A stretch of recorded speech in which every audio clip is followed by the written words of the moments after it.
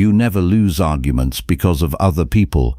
You lose them because your own judgment speaks before your reason does. Every day you are tested by words that challenge you, misunderstand you, or provoke you, and in those moments your mind either governs itself or abandons itself. Stoic practice begins exactly there, where you decide what is yours to control and what must be left outside your mind. Your response, your judgment, your character belong to you alone. Everything else does not. If you are ready to stop reacting blindly and start answering with reason, stay here and train your attention with this channel. Subscribe and join this practice of inner discipline, where each lesson is a return to clarity, self-control, and truth in daily life. Number 1. The power of calm, stoic responses. Listen closely. The moment someone speaks to you with heat, with mockery, with contempt, with carelessness, there is a small space before your reply. In that space, your life is decided. Not the whole of it, but enough of it to reveal what you are made of. Most people never learn to live inside that space. They rush to fill it. They let another person's tone enter their chest and take control of their judgment. Then they call that reaction strength. It is not strength. It is surrender disguised as pride. A calm response is not weakness. A calm response is proof that your mind has not been handed over to the first impulse that appears. A calm response is not the absence of force. It is force under command. It is the kind of power that does not need to announce itself, because it is already governing the soul that owns it. When you answer in calmness, you are not trying to win a contest of noise. You are refusing to let the judgment of another person become the law of your own mind. That is where freedom begins, not in how loudly you speak, but in whether your reason remains standing when insult comes near. You must understand this clearly. What disturbs you is never the bare event alone. It is your judgment about the event. A sharp word is only air until you decide it is an injury. A rude gesture is only motion until you decide it is an insult that must rule your mood. A harsh accusation is only sound until you accept it as a verdict on your worth. The world cannot force your mind to kneel. Only you can do that. And if you have been kneeling to every passing opinion, every careless remark, every moment of disapproval, then do not blame the world. Blame the part of yourself that has not yet learned the difference between what is yours and what is not. What is yours is your judgment, your intention, your choice to act according to virtue. What is not yours is the tongue of another person, their mood, their ignorance, their anger, their praise, their contempt, their misunderstanding. If you try to control what is not yours, you will live in unrest. If you try to protect your peace by commanding the conduct of others, you will become a servant to their behavior. But if you govern your own response, then no insult can make you smaller unless you agree to shrink. This is why the wise answer is often quiet, measured, and plain. Not because silence is always best in every case, but because the soul that can pause has already separated itself from the mob of impulse. A man who cannot wait before answering is not free. He is dragged by sensation. He is carried by the first hot movement in his blood. He says later that he lost control, as if control were something stolen from him. No, he abandoned it. He walked away from the seat of judgment and left the door open for anger to rule in his place. Train yourself instead to pause, not to be clever, not to seem superior. Pause so that reason may speak before passion takes the floor. In that pause, ask what kind of response is truly yours to give. Ask whether your words will serve truth, justice, and self-command, or whether they will serve vanity, revenge, and the hunger to be seen as the stronger one. If you answer only to defend your image, you are already enslaved by image. If you answer to protect your character, you are acting in accordance with nature. There is a great difference between the two. The first wise answer is this: Do not be dragged into offense by every attack on your ego. People will speak against you. Some will do it carelessly, some will do it because they are wounded. Some will do it because they are small in spirit and think another person's humiliation will make them larger. If you live in such a way that every hostile word becomes a wound, you will spend your life bleeding from things that should have touched only the surface. But if you know that your goodness does not depend on their approval, then their words remain where they belong, outside the citadel of your judgment. Ask yourself honestly, how many times have you answered too quickly and then wished you had waited? How many times have you spoken from heat and later seen that you had added nothing of value to the world, only more noise? How many times have you tried to set someone straight while your own reason was already clouded? That is not wisdom. That is a man handing his mouth to his anger and calling it honesty. Honest speech is not the same as uncontrolled speech. Truth without discipline becomes another form of disorder. So the first practice is simple, but it is not easy. When someone provokes you, do not answer at once. Let the first motion rise and pass. Breathe. Stand still inside yourself. Ask, what is happening here? Is this a matter of justice, or only of wounded pride? Is there something useful to say, or am I merely preparing a performance? If you can see that your impulse is to defend vanity, let it go. There is no dignity in being ruled by the need to strike back. There is dignity in refusing to be governed by that need. You must also learn to separate the person from the impression. The words you hear are not the same as the truth. The tone you receive is not the same as the reality. A person may call you useless.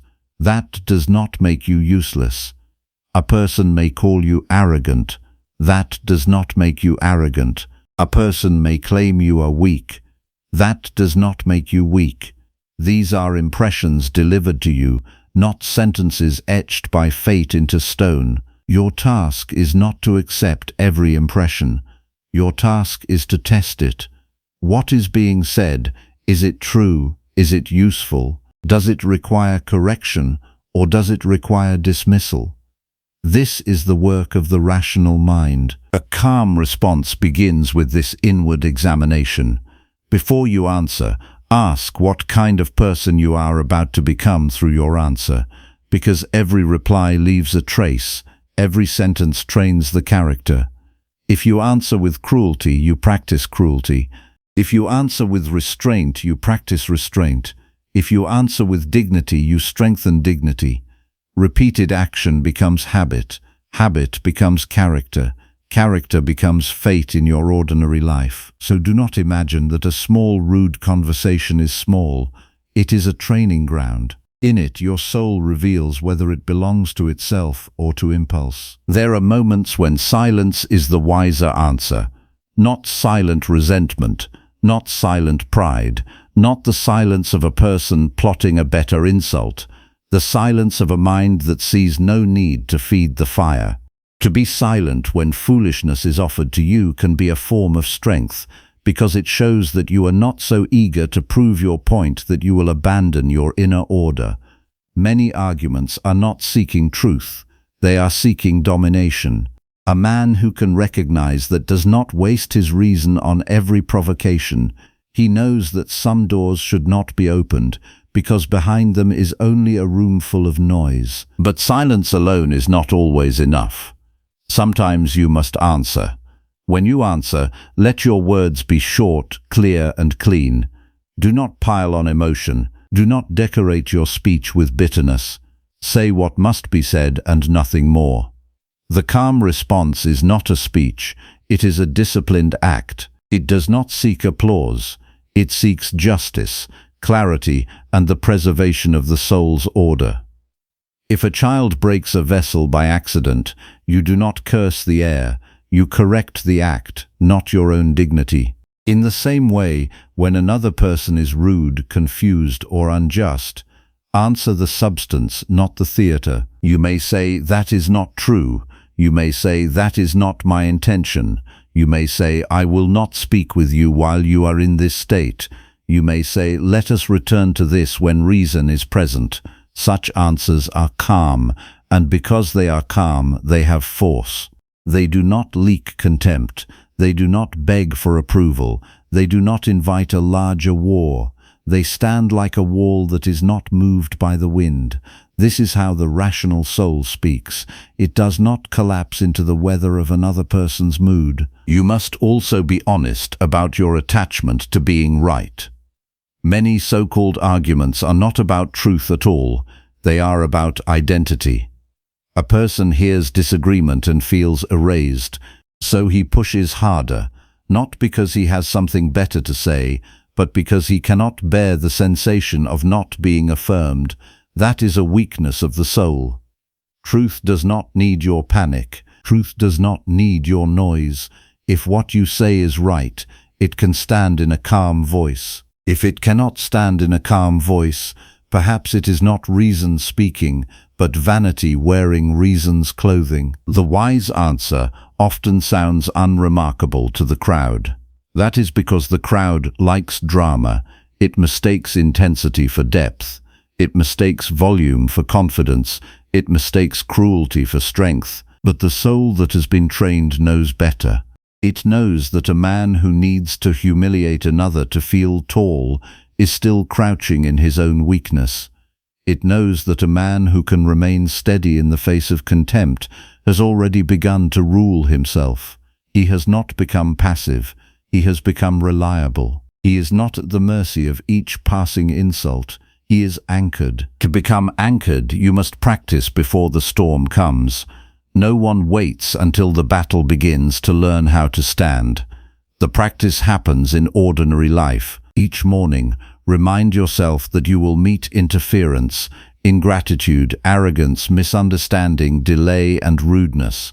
Not because life is cursed, but because life includes other people, and other people are not your property.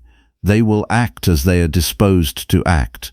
Some will be unjust, some will be foolish, some will be both. Your task is not to be surprised by this. Your task is to decide in advance that your character will not be handed over to their conduct. This morning reflection is not meant to make you pessimistic. It is meant to make you prepared. If you know that you may be insulted, then you can decide now how you will answer. If you know that a person may try to provoke you, then you can rehearse calm. If you know that your own temper is a danger, then you can treat it as a danger, not as a friend. A man who studies his weak points before the day begins is less easily conquered by them when the day is hard. He has already practiced his answer in the quiet.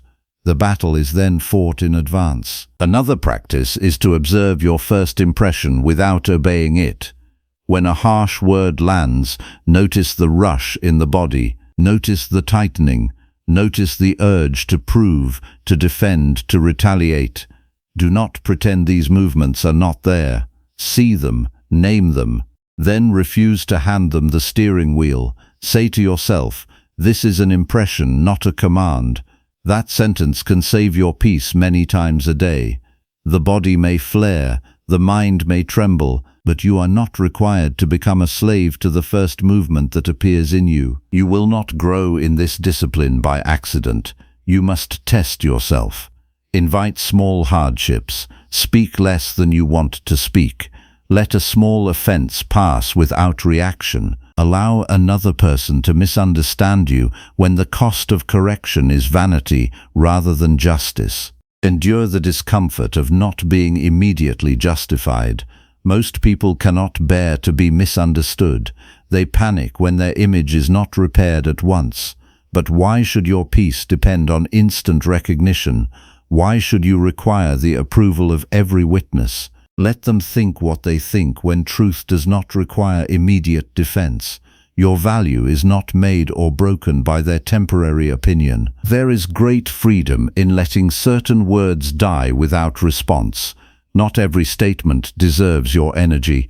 Not every insult deserves your attention. Not every challenge is worth the cost of your tranquility.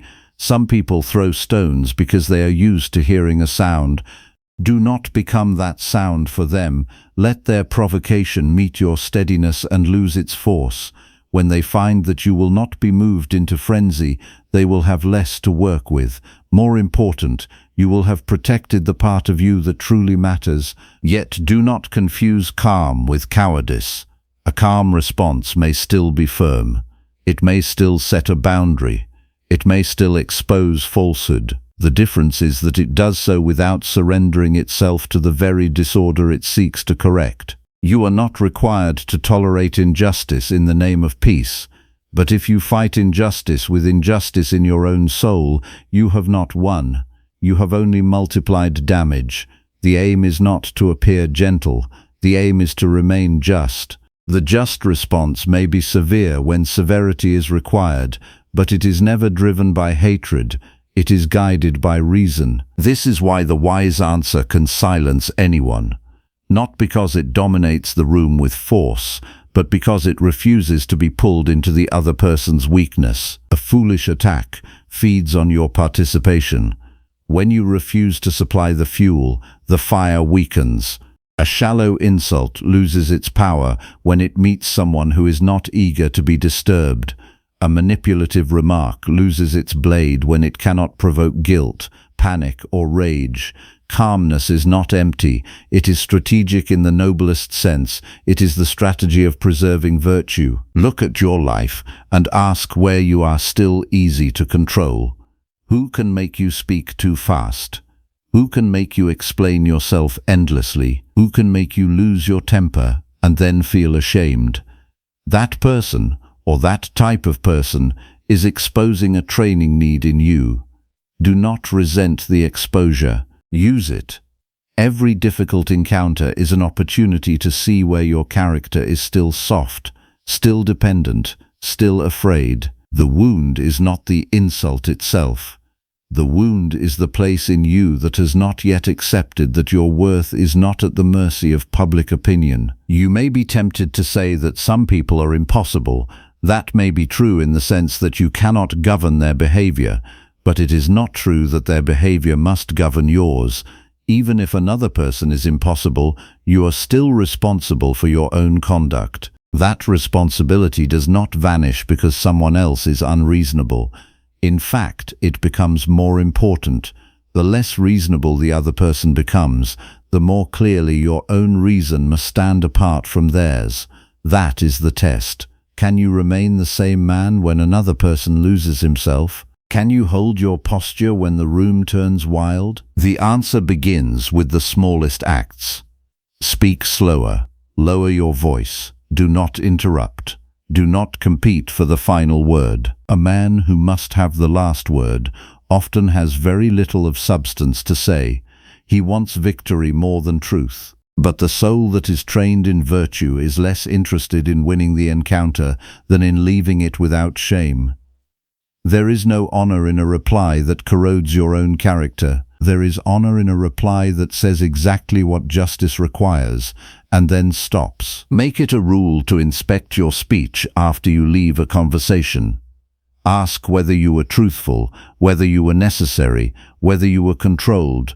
Did you speak to help or to hurt? Did you answer to clarify or to impress? Did you resist anger, or did you merely hide it under a polite surface?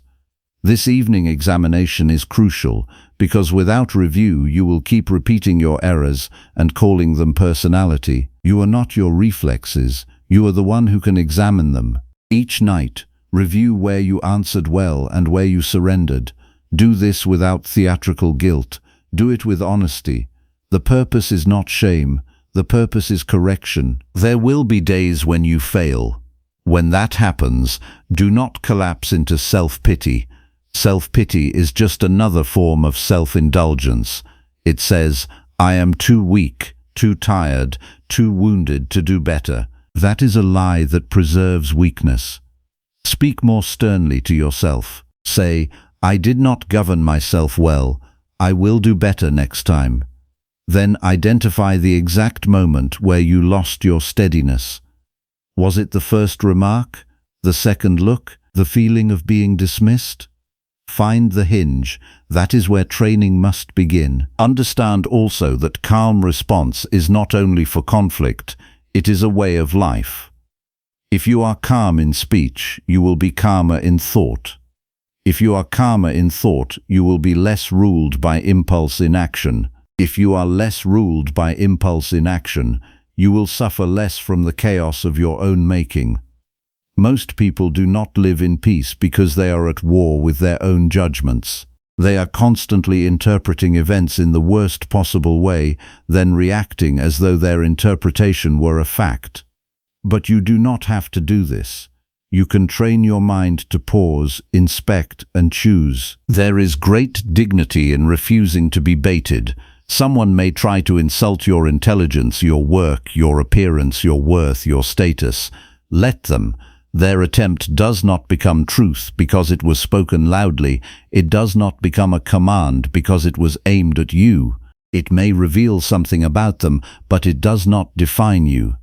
Your job is not to become untouched by all words. Your job is to ensure that words do not govern your moral direction. You may feel the sting, but you need not obey it. You may notice the heat, but you need not become heat. The man who answers calmly is not dull. He is not indifferent to justice. He is simply no longer impressed by the theater of provocation. He has learned that the soul must not be rented out to every audience. He can hear an accusation and remain centered. He can receive criticism and ask whether it is true. He can be wrong and admit it without humiliation, because his value does not depend on pretending to be flawless. That is another mark of strength, the ability to correct yourself without collapsing. A weak person defends every error as though it were his last possession. A strong person can let go of error because he values truth more than appearance. And here lies one of the deepest truths. A wise answer is not merely a tool for dealing with other people. It is a mirror of your relationship with yourself. If you cannot answer others calmly, it is often because you are not yet calm with your own mind. You have not made peace with your own limitations. You fear being exposed. You fear being thought small. You fear not being respected. So every exchange becomes a battlefield where you fight for a fragile image. But once you begin to value character above reputation, the battlefield changes. You no longer need to win the gaze of others. You need only to act rightly. Do not say this is easy. It is not easy. But difficulty is not an argument against virtue. It is the very reason virtue matters. If it were easy to govern the tongue, there would be no need for discipline. If it were natural to remain steady under insult, no training would be required. But the common person is not trained. He is driven. He reacts. He explains. He defends. He explodes. Then he regrets. You are being asked to become something better than that. You are being asked to live with a deliberate mind. A deliberate mind is not cold. It is ordered. It knows what belongs to it and what does not. It knows what deserves energy and what deserves dismissal. Begin today. The next time someone presses against your patience, do not answer from the wound. Answer from the mind that has been trained to serve virtue. The next time you feel the pressure to retaliate, let that pressure be your signal to slow down. The next time you are misunderstood, ask whether correction is necessary or whether your vanity is simply offended. The next time someone speaks with disrespect, remember that their speech is theirs, your response is yours. Do not give away what is yours in order to fight over what is not. If you practice this, you will begin to notice a change that goes deeper than communication. You will feel less owned by the reactions of others. You will stop living as though every conversation is a referendum on your worth. You will become harder to disturb, not because you have become numb, but because you have become clear. Clarity is not a mood, it is the fruit of training. And clarity gives calmness its power. You will still hear harsh words. You will still meet arrogance. You will still encounter people who would rather wound than understand. That will not stop.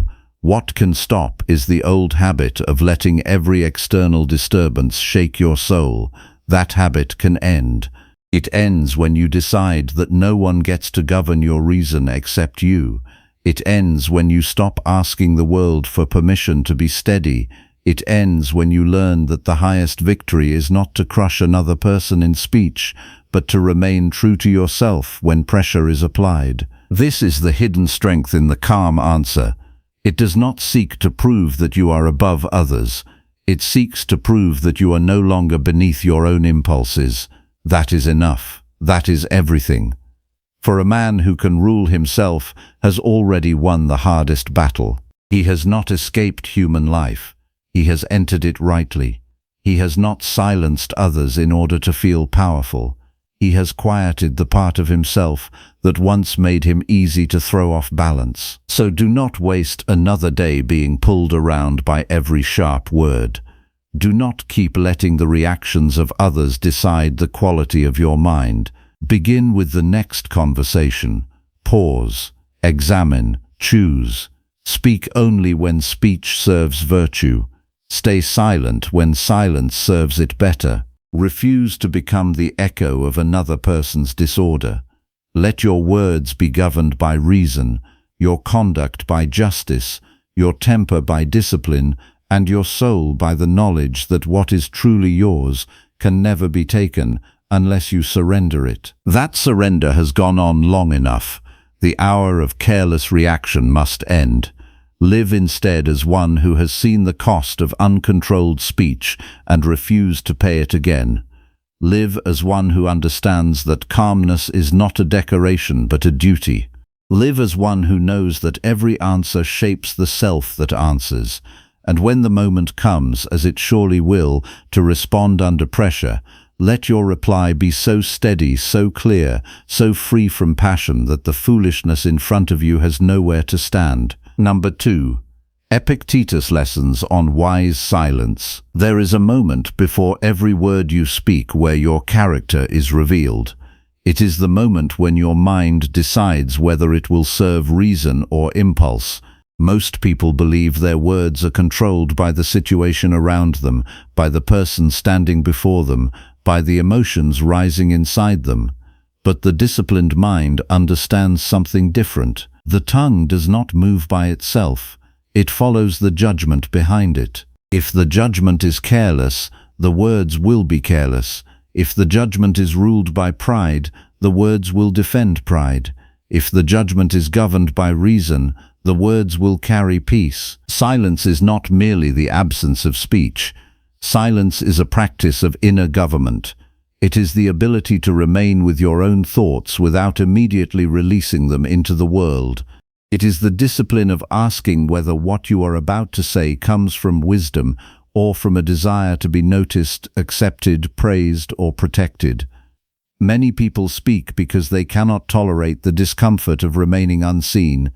They explain too much, defend too much, and reveal too much because they are searching for control over how others perceive them.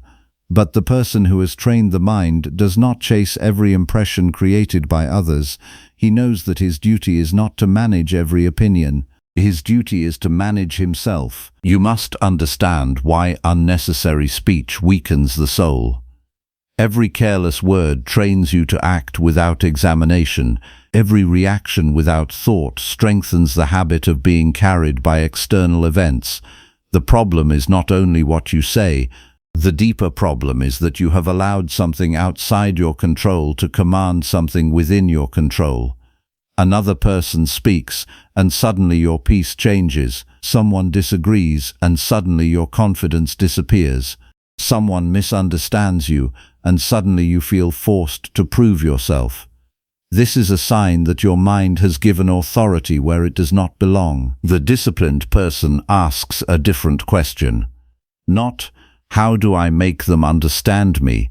But, how do I remain faithful to reason, regardless of their understanding? This question changes everything. It returns power to the place where it belongs. You cannot command another person's thoughts. You cannot force another person to recognize your intentions. You cannot guarantee that your words will be received correctly, but you can decide whether your own words are honest, necessary, and guided by virtue. Wise silence begins with the separation between what belongs to you and what does not. Your responsibility is your choice, your attitude, your effort, and your character. The reaction of another person is not your possession. Their approval is not your possession. Their agreement is not your possession. When you speak only because you are trying to control what is outside you, your speech becomes a form of attachment. You are no longer communicating. You are trying to manipulate the world into giving you emotional security. This is why silence can be powerful. It reminds you that you do not need immediate confirmation to remain steady. You do not need every accusation answered. You do not need every misunderstanding corrected. You do not need every disagreement turned into a battle. Some things are best left untouched, because engaging with them would pull your mind away from its proper purpose. The person who lacks inner discipline believes every thought deserves expression. But the mind produces countless impressions every day. Some are useful, some are false, some are created by fear, some are created by old habits. If you speak every thought, you become a servant to every movement inside you. The Stoic practice is different. Observe the thought, examine it, ask whether it represents reality or merely your first reaction to reality. When anger appears, do not immediately become anger. When the desire to respond appears, do not immediately obey it. The space between thought and action is where freedom is built. A person who has no pause has no true command over himself. He simply follows whatever feeling arrives first. But feelings are not leaders. They are experiences passing through the mind. Reason must decide what deserves action. Begin your day with preparation. Before you meet people, before you enter conversations, before the demands of the world begin pulling your attention in different directions, remind yourself that you will encounter opinions, complaints, distractions, and misunderstandings. Do not expect every interaction to be easy. Expect the human world to contain human weakness. This expectation does not make you negative, it makes you prepared. Then make a decision. Today, I will not speak from the first impulse. I will not allow another person's emotion to become my emotion. I will not waste my words trying to control things that are not mine to control. I will speak when speech improves the situation. I will remain quiet when silence protects my reason. This is not about becoming distant from people. It is about becoming more responsible in how you meet them. Many conversations become harmful because people are not truly listening. They are waiting for their turn to defend themselves. They are not seeking understanding. They are seeking victory. The disciplined mind does not enter every conversation as a battlefield. It enters as a place where reason can operate. You must also examine why you feel the need to speak. Sometimes the desire to talk is not coming from wisdom. It is coming from insecurity. You want to prove that you are intelligent. You want to show that you are right. You want to avoid the discomfort of being judged. But if your peace depends on proving yourself, you have already placed your peace in the hands of others. The stronger position is this: know your own character and act according to it. If you are wrong, admit it. If you are right, remain calm. If someone refuses to understand, accept that their judgment belongs to them. Your task is not to drag another person into your perspective.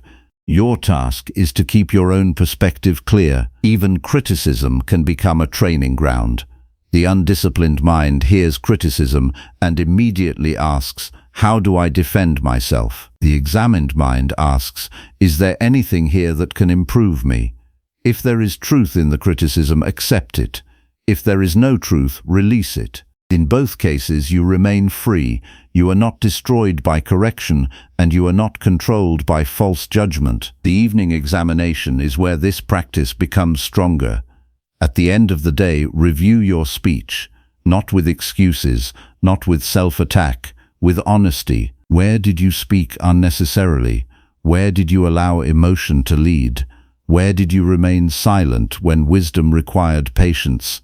Where did you use your words to serve virtue rather than ego? A person who refuses to examine himself repeats the same mistakes and calls them personality. He says, "That is just how I am." But this is only a refusal to train. Character is not something fixed that excuses your weaknesses. Character is something you build through repeated choices. Every conversation is a chance to practice discipline. You will discover that many of your struggles are not caused by the world, but by your relationship with the world. You suffer because you demand that people behave according to your expectations. You suffer because you believe every opinion deserves your attention. You suffer because you confuse being heard with being valued, but your value does not rise and fall with the response of others. A stable mind is not built from external approval. It is built from alignment between your actions and reason. Silence teaches this alignment. It teaches you to stop chasing reactions and start governing responses. It teaches you that restraint is not losing. It teaches you that not every battle deserves your presence. It teaches you that a person who can remain quiet when ego demands noise is practicing a rare form of strength. There will be moments when speaking is necessary. Silence does not mean avoiding responsibility. It means choosing speech with purpose. A truthful word spoken at the right time can correct, guide, and protect. But 1,000 words spoken from agitation create only more disorder. The question is never simply whether you have something to say.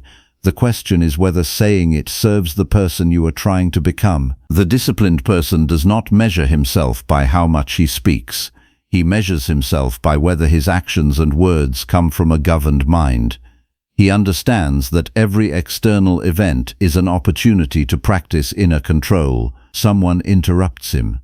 He practices patience. Someone disagrees. He practices humility. Someone insults him. He practices mastery of judgment. Life itself becomes the training ground. Do not wait for a perfect moment to begin. Begin with the next sentence you choose not to say. Begin with the next reaction you delay. Begin with the next conversation where you listen fully before responding. Small acts of discipline shape the entire direction of the soul. The world will continue producing noise. People will continue speaking from confusion, anger, fear, and desire. You cannot remove this from human life, but you can decide whether that noise enters and governs your mind. You can decide whether your attention belongs to every external disturbance or whether it belongs to the reason within you. A quiet mind is not an empty mind. It is a mind that has learned what deserves attention.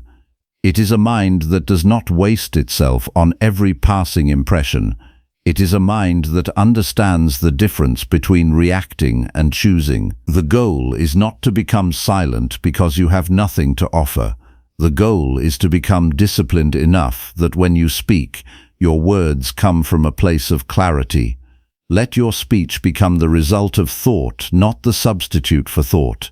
Let your silence become the space where wisdom develops. The person who masters silence begins to discover something important. The greatest conversations are not always the ones you have with others. The most important conversation is the one you have with yourself when no one is watching.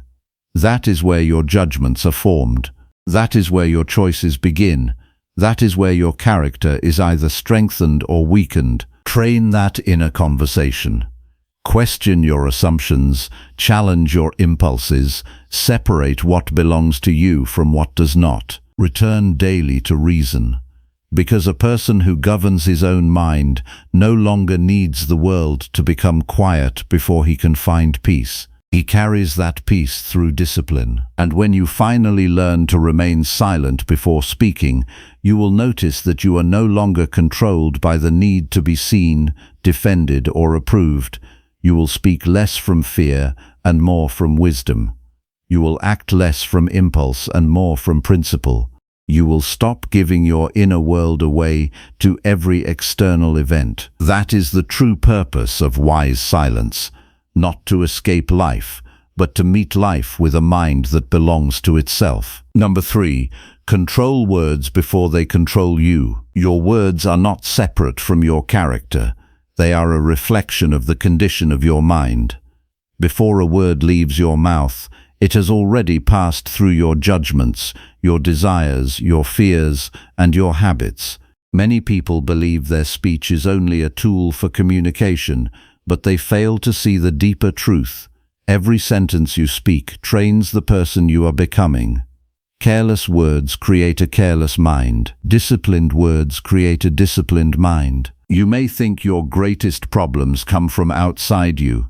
You may believe your frustration comes from difficult people, unfair situations, or circumstances that do not cooperate with your plans. But examine yourself honestly. How many difficulties have grown larger because of words you spoke without thought? How many conflicts continued because you answered from anger instead of reason? How many moments of regret came because you allowed a temporary emotion to command a permanent statement? The undisciplined person believes he controls his words because he can speak whenever he wants, but true control is not the ability to speak. True control is the ability to choose whether speech is worthy of being released. Anyone can react, anyone can complain, anyone can accuse, anyone can repeat what the mind produces in a moment of disturbance. The harder task is to examine the impulse before acting upon it. Your mind receives impressions constantly. Someone criticizes you, someone ignores you, someone disagrees with you. A situation changes unexpectedly. Immediately the mind creates a judgment. This is unfair. They disrespect me. This should not happen. The emotion that follows feels automatic, but it is built upon the judgment you accepted. The words you speak afterward are usually the result of that unexamined judgment. This is where discipline begins. Before controlling your speech, you must learn to control the thoughts that create your speech. The tongue is only the final expression of something deeper. If the mind is filled with confusion, the words will reveal confusion. If the mind is ruled by resentment, the words will carry resentment. If the mind is trained by reason, the words will become measured and purposeful. You must stop treating every thought as truth. A thought appearing in your mind does not make it correct. A feeling rising inside you does not make it a command. The first impression is only a visitor. You decide whether it stays, whether it is examined, and whether it deserves to influence your actions. This is the responsibility of a person who wants to live with wisdom. Every morning, before the world begins demanding your attention, prepare your mind. Remind yourself that you will encounter situations that test your patience. Someone may speak carelessly. Someone may misunderstand you. Someone may act in a way you consider unreasonable. Your preparation is not to control them.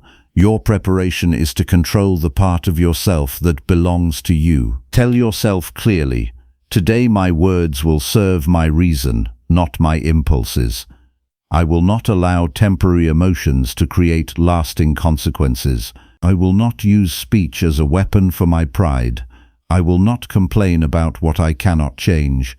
I will use my voice only in ways that reflect the character I want to build. Many people do not realize how much of their suffering is created by their own speech. They complain about the same problems repeatedly, but their complaints do not solve anything. They replay frustrations, strengthen anger, and keep themselves attached to what has already happened. A complaint can become a habit of weakness when it replaces action and acceptance. This does not mean you ignore problems. Reason does not ask you to pretend everything is good. It asks you to see clearly. If something can be improved, act. If something cannot be changed, accept it. But do not waste your inner strength fighting reality with words that accomplish nothing. A disciplined mind does not spend its energy proving that something should have been different. It asks what can be done now. Your words also reveal where you seek approval. Pay attention to how often you explain yourself. Sometimes explanation is necessary.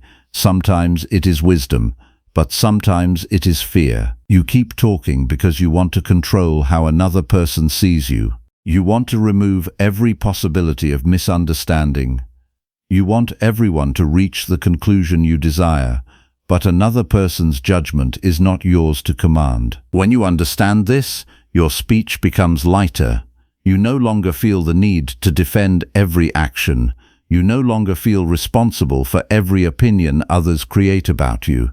You speak truthfully, and then you allow others to choose their response. This is freedom from unnecessary attachment. The disciplined speaker does not ask, "How can I make everyone agree with me?" He asks, "Are my words aligned with wisdom?" Because agreement belongs to others, integrity belongs to you. You cannot own the reaction of another person, but you can own whether you acted with honesty and self-control. There is another form of uncontrolled speech that many people ignore: speaking against yourself. The mind constantly creates inner statements. "I cannot do this. I always fail. Nothing changes." These words may never leave your mouth, but they still shape your character. The person who repeatedly speaks weakness internally trains himself toward weakness. The person who examines these thoughts and replaces them with rational action strengthens himself. Do not replace false thoughts with empty optimism. That is not discipline. Replace them with truth. Instead of saying, "I cannot handle difficulty," say, "Difficulty has appeared, and my task is to respond with reason." Instead of saying, "This situation is destroying me," say, "This situation is testing my judgment." The event is outside your control. Your interpretation is not. The practice of controlling words is also the practice of controlling attention. What you repeatedly talk about becomes what your mind repeatedly returns to. If your speech constantly circles around anger, your mind remains attached to anger. If your speech constantly focuses on what others did wrong, your mind becomes trained to search for faults. But if your speech returns to responsibility, improvement, and virtue, your attention becomes stronger. At the end of each day, examine your speech, not to punish yourself, but to understand yourself. Ask, where did my words come from today? Did they come from patience or irritation? Did I speak because something needed to be said, or because I wanted to release emotion? Did I strengthen my character through my speech, or did I weaken it? This examination requires honesty, because the greatest obstacle to growth is self-deception.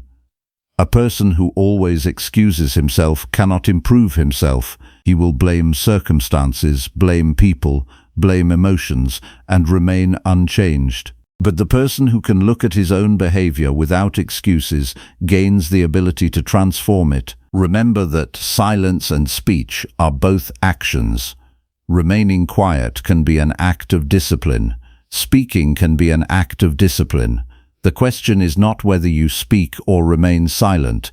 The question is whether your choice comes from reason. A person who speaks from impulse is controlled by the moment. A person who speaks from judgment is guided by principle. Your words should not exist to display your importance.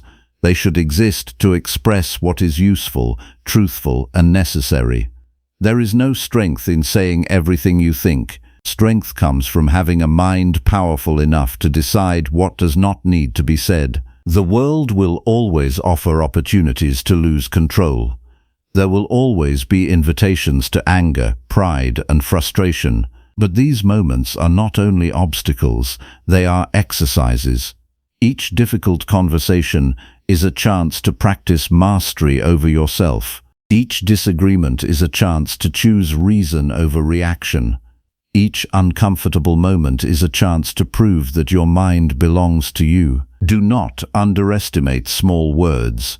A single sentence can damage trust. A single sentence can reveal resentment. A single sentence can create peace. The disciplined person understands that speech carries responsibility. He does not throw words into the world carelessly because he understands that every action shapes the soul. You are not required to become someone who never feels anger, disappointment, or frustration. Those movements are part of being human. The discipline is not removing every emotion. The discipline is refusing to let emotion become your master. Feel what appears. Examine what appears. Then choose according to reason. Control your words because your words reveal your judgments. Control your judgments because your judgments shape your life. The quality of your days is built from countless small choices, and speech is one of the most frequent choices you make. Today, before you answer, ask yourself if your words will improve the moment or only express your disturbance. Before you complain, ask whether you are taking responsibility or escaping it. Before you criticize, ask whether your purpose is correction or superiority.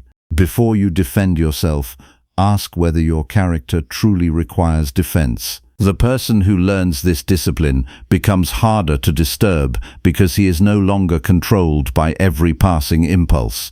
He does not need to react to prove that he exists. He does not need to dominate conversations to feel valuable. He does not need to win every exchange because he has learned that the greatest victory is mastery of the self. Your words are a training ground. Every day you are practicing becoming someone. The question is whether you are practicing the person you want to become or repeating the person you are trying to leave behind. Choose carefully, speak carefully, think carefully, because before your words influence the world around you, they are already influencing the person within you. Number 4. Stoic wisdom against verbal attacks. A verbal attack is a test of the mind before it is ever a test of the situation. The words spoken against you are only the beginning of the event. The real battle begins when your judgment decides what those words mean, what power they have, and what response they deserve. Many people believe another person's anger is what destroys their peace. But the deeper truth is that peace is lost when the mind accepts an interpretation without examination. Someone speaks harshly. Someone criticizes you unfairly. Someone attempts to reduce you with their words. The first movement inside you may be anger, humiliation, or the desire to strike back. But that first movement is not yet your choice. It is only an impression appearing before your mind. The mistake is believing that every impression deserves obedience. A disciplined person does not allow another person's lack of control to become his own lack of control. He understands that every human being acts according to their own judgments, their own understanding, and their own condition of mind. When someone speaks with hostility, that hostility belongs first to the person who carries it. You do not have to receive it. You do not have to make their disorder your own. This is where many people lose themselves. They hear a few words and immediately surrender their inner state. They allow a stranger, a colleague, a friend, or even an enemy to decide whether their day will be peaceful or miserable. They hand over authority over their own mind and then wonder why they feel powerless. The first responsibility is always within. Before asking why another person spoke that way, ask what is happening inside you. Why did those words disturb you? Did they reveal a truth that needs correction? Did they touch an insecurity you have refused to examine? Did they challenge an image of yourself that you are desperately trying to protect? The wise person investigates himself before judging the world. A verbal attack becomes dangerous only when it enters the mind without examination. If someone says something false about you, the statement does not become true because it was spoken with confidence. If someone judges you unfairly, their judgment does not become your identity. Another person can offer an opinion, but they cannot take possession of your character. Your character is built through your own choices. It is shaped by what you repeatedly do, not by what others claim about you. If you are patient, truthful, disciplined, and just, a careless accusation cannot erase those qualities. If you lack those qualities, no defense or argument can hide the truth forever. This is why the examined person does not fear criticism. He uses it as information. The undisciplined mind has two common reactions to attacks. It either collapses and accepts every negative judgment, or it becomes aggressive and fights every challenge. Both reactions come from the same weakness, dependence on external opinions. One person is controlled by rejection, the other is controlled by the need to prove superiority. Both are still servants of what others think. The trained mind stands differently. It listens without surrendering. It considers without panic. It responds without hatred. It asks, is there something here that can make me better? If yes, accept the lesson. If no, release the words. Do not carry unnecessary burdens simply because someone placed them in front of you. Begin your day by preparing your mind for this reality. You will meet people who misunderstand you. You will encounter impatience, arrogance, and unfairness. This is not an unexpected failure of life. It is part of human existence. Other people will act according to their own level of awareness. Your task is not to redesign every person you meet. Your task is to govern your own response. Before entering difficult situations, remind yourself, another person's words belong to them. My response belongs to me. This simple distinction protects the mind from unnecessary disturbance. It separates what you can guide from what you cannot command. You cannot control whether someone respects you. You cannot control whether someone speaks kindly. You cannot control whether someone recognizes your intentions correctly. But you can control whether you answer with dignity. You can control whether anger takes over your judgment. You can control whether you allow bitterness to shape your actions. This is not passive acceptance. It is active self-command. A person who refuses to be provoked is not surrendering. He is choosing where his energy goes. He understands that attention is valuable. He does not waste it on every insult, every accusation, or every attempt to pull him away from reason. Many people believe the strongest response is the fastest response. They think immediate retaliation proves confidence, but speed is often a sign of being controlled by impulse. The person who must instantly defend himself reveals that something inside him has been touched and remains unexamined. Strength is shown when you can wait long enough for wisdom to arrive. Practice the pause. When attacked, notice the first reaction in your body and mind. Notice the urge to answer immediately. Notice the desire to make the other person feel what you felt. Then stop. Give reason the opportunity to speak. Ask whether your response will improve the situation or simply transfer your disturbance to someone else. Anger often disguises itself as justice. A person says, I am only defending myself, when in reality he is protecting pride. This requires honesty. Not every defense is necessary. Not every correction is valuable. Not every person deserves access to your emotional energy. There are times when a firm response is required. Stoic discipline does not mean allowing wrongdoing without action. If a situation requires a boundary, establish it. If truth must be spoken, speak it. But let your action come from reason, not revenge. The goal is not to hurt the person who hurt you. The goal is to act according to what is right. When you respond from anger, you allow another person to choose your behavior. They press a button and you perform the reaction. That is not freedom. Freedom begins when the button no longer controls you. Freedom begins when you can experience provocation and still choose your action. You must also examine your attachment to reputation. Much suffering comes from wanting everyone to see you correctly, but you do not own the minds of others. A person may misunderstand your silence. A person may misinterpret your actions. A person may create a false image of you.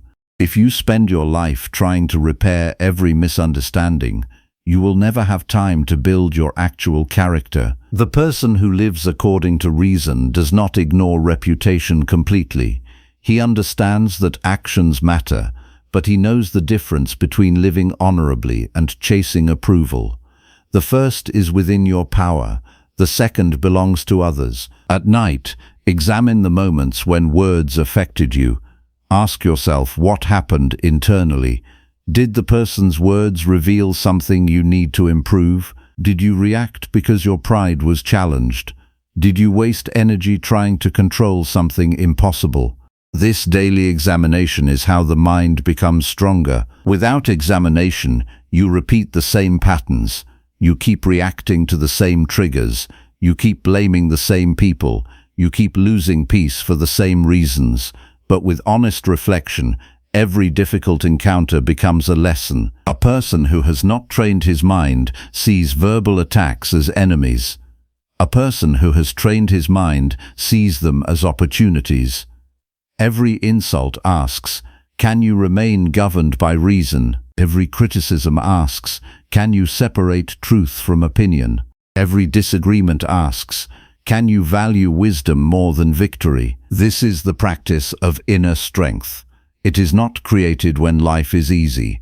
It is created when life places pressure on you and you refuse to abandon yourself. Do not measure your strength by how many people you can defeat in conversation. Measure it by how rarely you betray your own principles. Do not measure your dignity by how many people praise you. Measure it by whether you act rightly when no praise comes. The world will continue to contain harsh words. You cannot remove that, but you can remove the habit of being controlled by them. You can train your mind to examine before accepting. You can train your speech to come from reason instead of reaction. You can train your character to remain stable when others become unstable. The person who masters this does not become emotionless. He becomes responsible. He feels the impact of events but does not surrender his judgment to them. He experiences difficulty but does not allow difficulty to decide who he becomes. Today, begin with one decision. Do not let another person's lack of discipline become your lack of discipline. Do not answer every attack with another attack. Do not allow temporary emotions to create actions that conflict with the person you want to be. Your mind is your responsibility. Your response is your responsibility. Your character is your responsibility. When you understand this fully, verbal attacks lose much of their power, not because words disappear, but because you no longer give them control over your inner life. You stand with reason. You act with virtue. You remain committed to the only territory that truly belongs to you, yourself. Number 5. Answer with reason, not emotion. The greatest struggle you face is not with the world outside you. It is with the movement inside your own mind that wants to react before it understands. A person can spend years believing that others are the cause of their anger, frustration and disappointment, while never examining the judgments they create in response to what happens. The event appears, the mind gives it meaning, emotion rises, and then action follows. The mistake is believing that the emotion came directly from the event. It came from the judgment placed upon it. A disciplined person learns to stand between the impression and the reaction. That space is where reason lives. Without that space, you are not choosing your actions. You are simply repeating patterns created by habit, fear, pride, and desire. You may call it honesty when you immediately say what you feel. You may call it strength when you respond aggressively, but uncontrolled emotion is not strength. It is the absence of command over yourself. Reason is the ability to see clearly before acting. It does not deny emotions. It does not pretend that anger, sadness, frustration, or disappointment do not exist. It recognizes them as movements of the mind that must be examined. The problem is not that emotions appear. The problem is allowing them to become your master. Every day you encounter moments that test this discipline. Someone says something you dislike. A plan fails. A person disappoints you. Something happens that does not match your expectation. The untrained mind immediately creates a story. This should not have happened. They should have acted differently. I deserve better. Then suffering begins, not because reality changed, but because your judgment fights against reality. The first task is to examine the judgment before accepting it. Ask yourself, what is actually happening, and what am I adding to it? There is a difference between facts and interpretations. The fact may be simple: someone disagreed with you, a mistake occurred, a delay happened, but the mind adds unnecessary weight. It turns a moment into an attack. It turns an inconvenience into an injustice. It turns a disappointment into a personal wound. The person who lives by reason learns to remove the unnecessary story. He sees what happened and responds to what is real, not to the exaggeration created by his own mind. This does not make him passive, it makes him accurate. A person who sees clearly is more capable of acting correctly than a person who reacts from confusion. Begin your day by remembering that you will not control every event, but you can control the quality of your response. You will not control every person's behavior, but you can control your own character. You will not control every outcome, but you can control whether your effort is honest and disciplined. This preparation matters because most people wait until emotion is already overwhelming before trying to become rational. They try to build a calm mind in the middle of chaos, but discipline is built before the challenge arrives. A person prepares in advance because he knows that the first impulse is often not the wisest guide. When a difficult moment comes, slow the process down. Do not immediately ask, how do I make this feeling disappear? Ask instead, what is this feeling showing me? Anger may reveal an attachment to being respected. Fear may reveal an attachment to security. Frustration may reveal an attachment to a specific outcome. The emotion is not the enemy, it is information, but information must be examined, not obeyed. Many people suffer because they believe their desires should always be fulfilled. They expect people to behave according to their wishes. They expect life to follow their plans. When reality refuses, they experience resistance. But the wise person understands that peace does not come from forcing life to obey the mind. Peace comes from training the mind to cooperate with reality. This is the discipline of desire. Want what is truly good. Wisdom, justice, courage, self-control. These qualities depend on your choices. They cannot be stolen by circumstances. They cannot be removed by another person's opinion. But when you attach your peace to things outside your control, you become vulnerable to everything that changes. Consider how often you have allowed a result to determine your state of mind. You work hard and expect a certain outcome. You act kindly and expect appreciation. You speak honestly and expect understanding. When these things do not happen, you feel wronged. But the error was not in the action. The error was in believing the outcome belonged entirely to you. Your responsibility is the action. The outcome belongs to the larger movement of life. You can prepare, but you cannot command every result. You can act with integrity, but you cannot force another person to recognize it. The rational person gives full attention to what is within his power and releases what is not. This practice transforms conversations.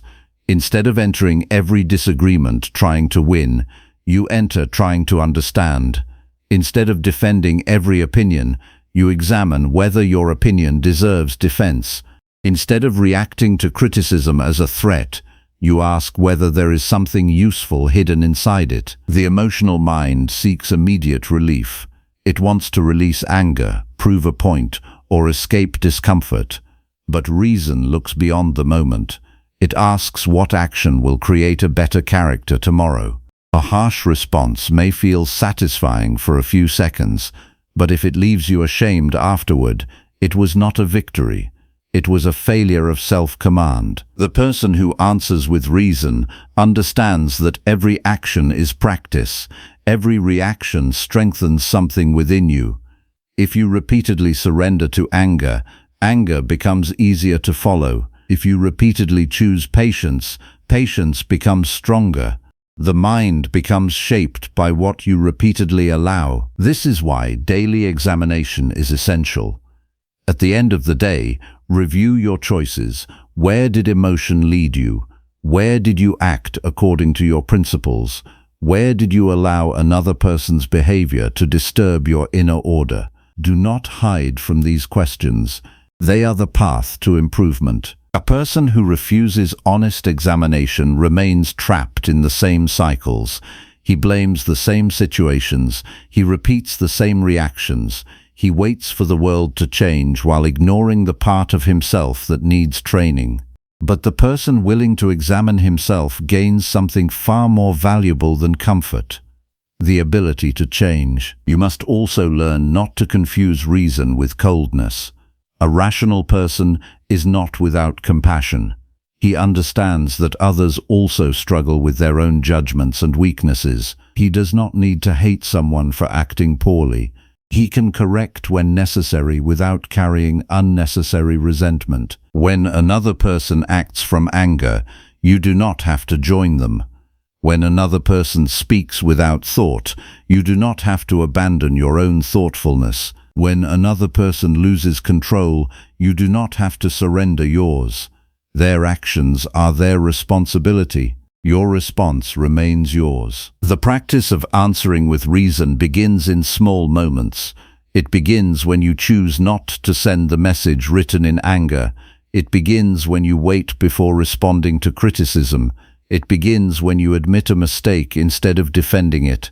It begins when you accept that discomfort is not a danger and that difficult emotions can be experienced without being obeyed. The undisciplined person believes every uncomfortable feeling requires immediate action. The disciplined person understands that discomfort is temporary but character remains. He chooses the action that protects his integrity, even when the easier choice is emotional release. You are always training yourself. The question is what you are training yourself to become.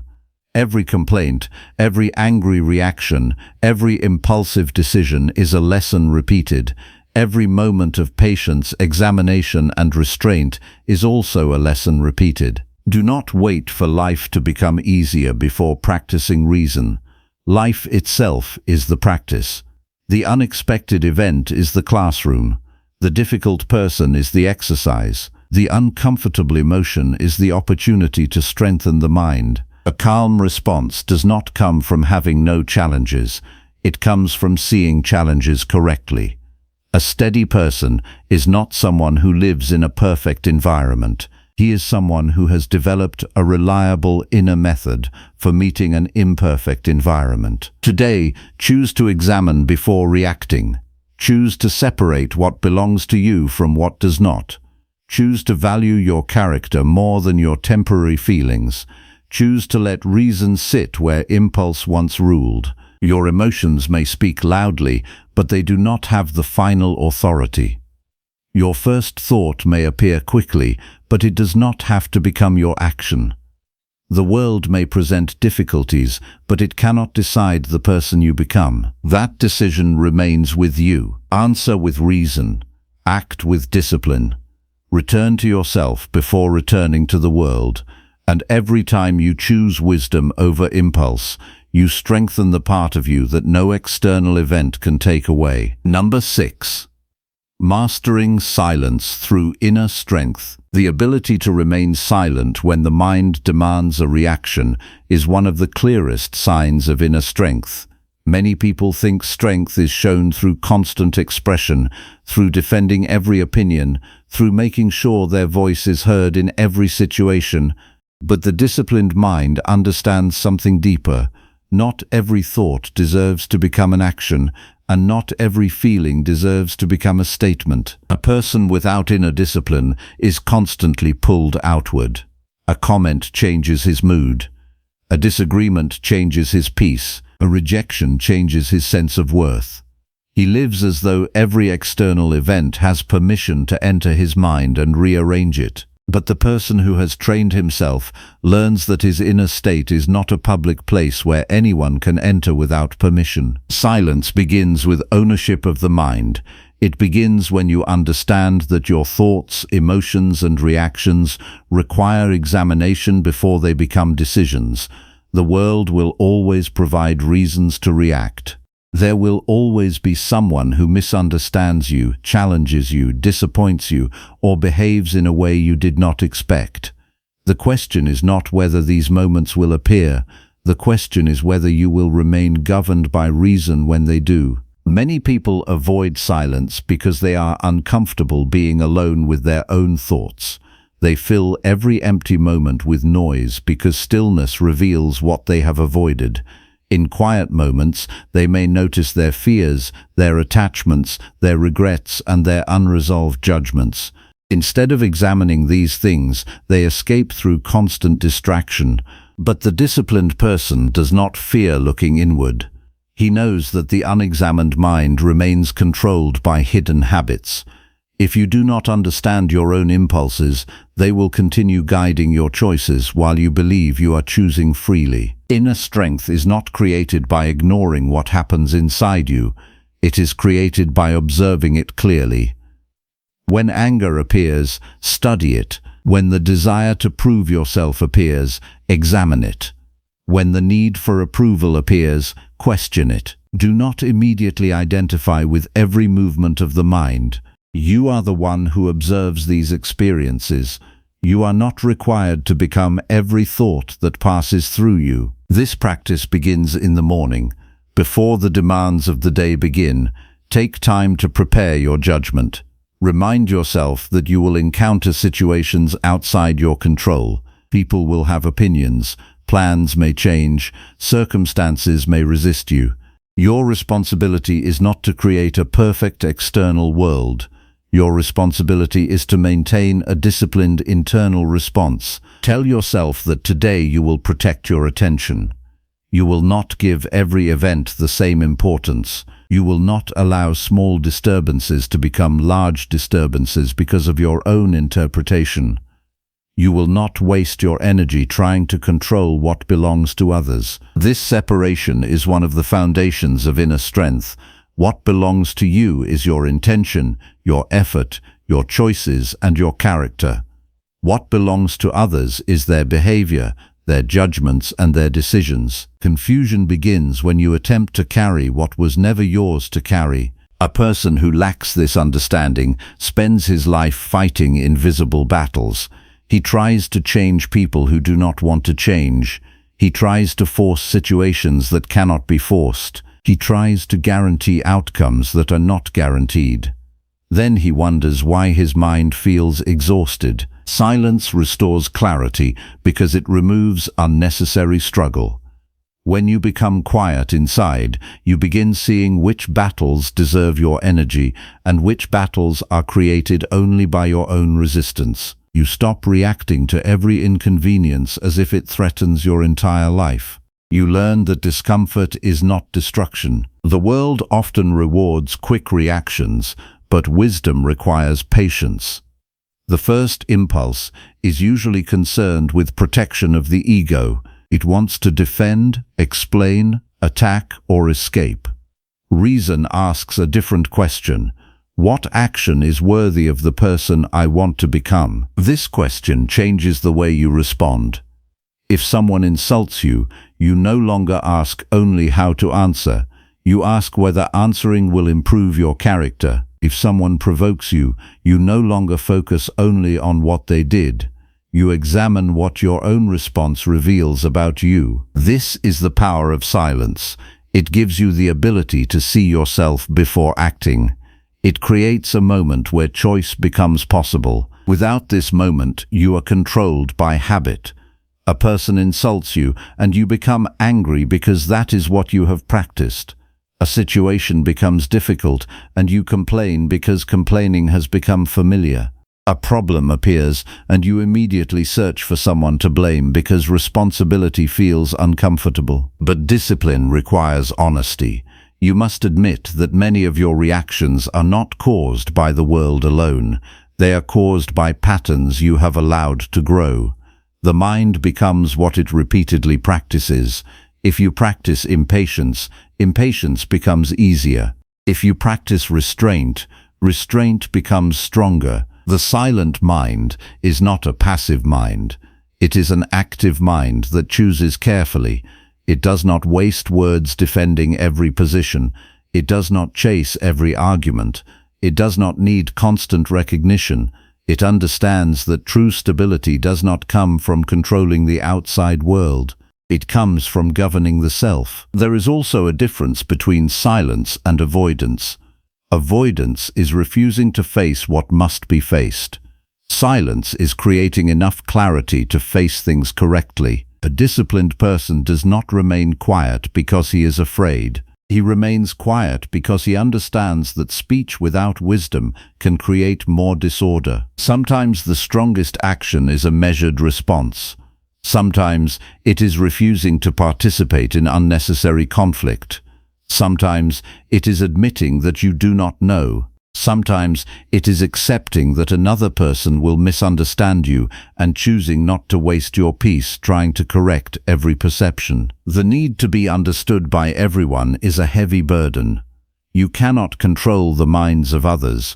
You cannot force them to see your intentions accurately. You can only act with integrity and allow reality to reveal what it reveals. This does not mean you stop caring about others. A disciplined person values relationships and communication, but he does not become dependent on constant agreement. He can listen without feeling threatened. He can disagree without becoming hostile.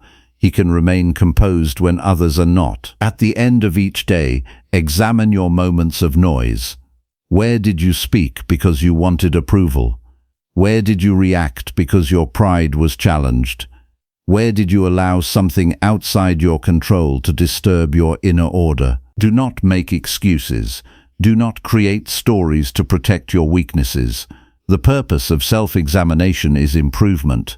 A person who honestly sees his own failures has already taken the first step toward correcting them. You do not need to become perfect before practicing discipline. You need to begin where you are. The next time you feel the urge to react, pause. The next time you feel the need to defend yourself immediately, observe that desire. The next time you are tempted to complain about something beyond your power, return your attention to what you can actually do. These small acts appear insignificant, but they shape the entire structure of your character. A person is not transformed by one dramatic moment. He is transformed by repeated choices that slowly align him with reason. Inner strength is built quietly. It does not announce itself. It does not demand recognition. It appears in the person who remains steady when circumstances are unstable. It appears in the person who can sit with discomfort without escaping. It appears in the person who can experience emotion without becoming controlled by it. The world will continue to create situations that test you. People will continue to speak carelessly. Events will continue to unfold beyond your plans. You cannot remove these things, but you can remove the habit of surrendering yourself to them. Mastering silence means mastering the relationship between what happens and how you respond. It means understanding that the space inside you is sacred and should not be surrendered to every passing disturbance. The person who develops this strength becomes difficult to manipulate because he is no longer controlled by immediate reactions. He becomes patient because he is not desperate for instant resolution. He becomes calmer because he no longer believes every discomfort is a crisis. Your greatest responsibility is not to control the world. It is to govern yourself within the world. Return to reason each day. Examine your judgments. Release what is not yours. Practice restraint when impulse appears. Let silence become the place where wisdom is formed, because the person who can command himself in silence can remain steady anywhere. Number 7. Epictetus' secrets of peaceful communication. Peaceful communication does not begin with the words you choose. It begins with the condition of the mind that chooses them. A person can speak softly and still carry anger. A person can use polite language and still be controlled by pride. True communication is not only about the sound of your voice. It is about whether your words come from a disciplined judgment or from an unsettled mind. Many conflicts are not created because people lack words. They are created because people speak before understanding. They respond before examining. They defend themselves before asking whether defense is even necessary. The mind receives an impression, creates a judgment, and the mouth immediately follows. This is how unnecessary conflict grows. A disciplined person understands that every conversation is a test of character. The goal is not simply to make your point. The goal is to remain aligned with reason while interacting with another human being. You are not responsible for forcing someone to agree with you. You are responsible for bringing patience, honesty, and self-control into the exchange. Look carefully at your own conversations. How often do you listen only to prepare your response? How often do you hear disagreement and immediately interpret it as disrespect? How often do you assume another person's intention without examining whether your assumption is true? These habits create suffering because they replace reality with imagination. The mind often adds meaning to what happens. Someone asks a question and you decide they are challenging you. Someone gives advice and you decide they are judging you. Someone remains quiet and you decide they are rejecting you. But the event itself is separate from the story you create about it. Peaceful communication begins when you learn to separate the observation from the judgment. See what happened first, then examine what you believe it means. This simple practice prevents the mind from turning ordinary moments into unnecessary battles. Before speaking, ask yourself what your purpose is.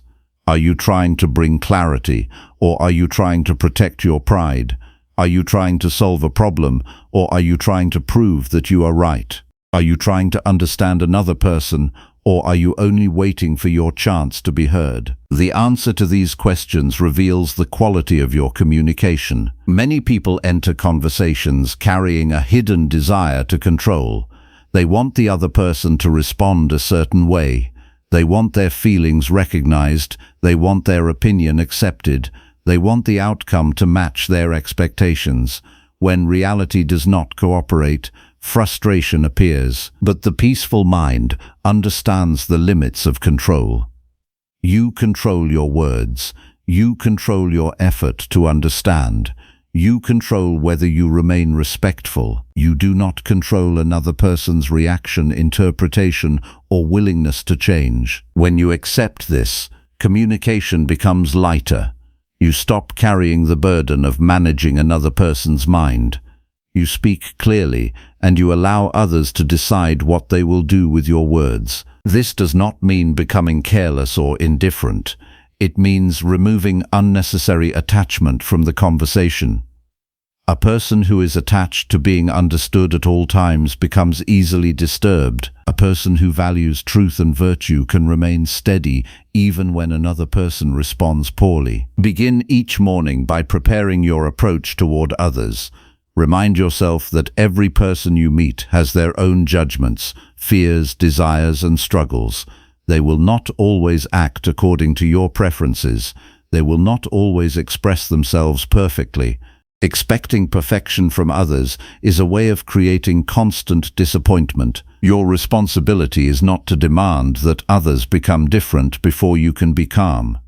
Your responsibility is to practice your own discipline, regardless of what appears. This is why patience is not weakness. Patience is strength under control.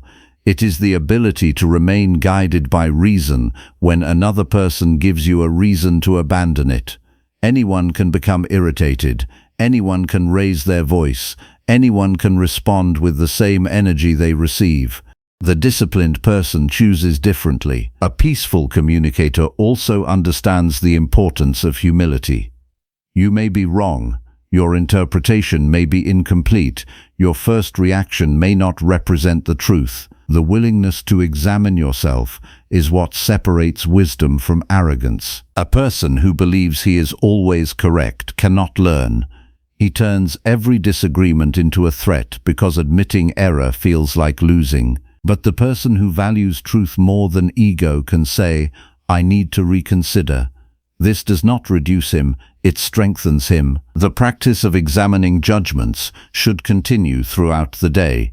When tension appears in a conversation, pause internally. Ask, what am I assuming? What do I actually know? Am I responding to the person in front of me or to a story I created about them? This moment of reflection can prevent many unnecessary conflicts.